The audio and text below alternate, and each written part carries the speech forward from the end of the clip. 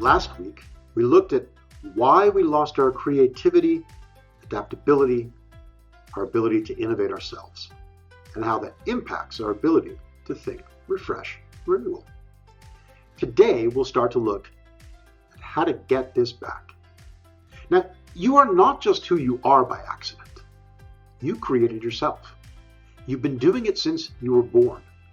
Everything you believe and think came from your own decisions.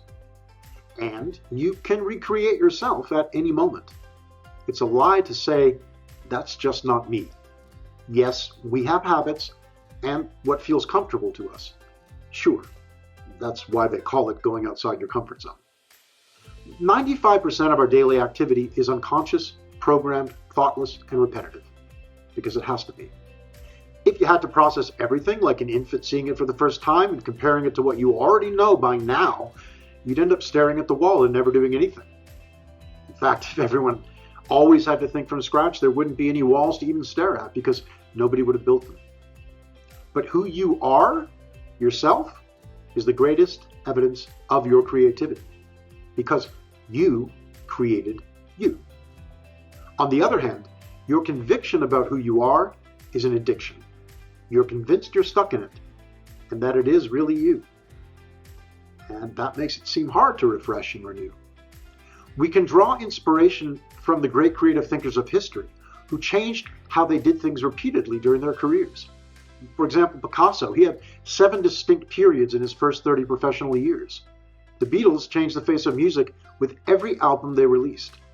What made them great is that they innovated themselves again and again and again.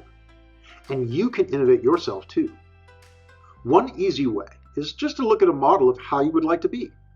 Write down a list of qualities, not that define you now, but how you would like to become. You can find a model outside yourself who embodies these things. Look at how that person thinks, speaks, and acts. Then think, speak, and act like they do. It might feel uncomfortable at first, but practice it. You'll get used to it. You'll start to realize that you can be how you want to be. You created yourself, and you can recreate yourself.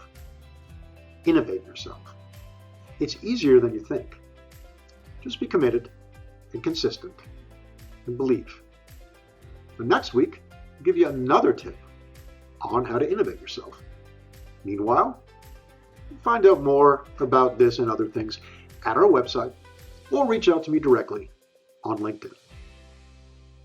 See you next week.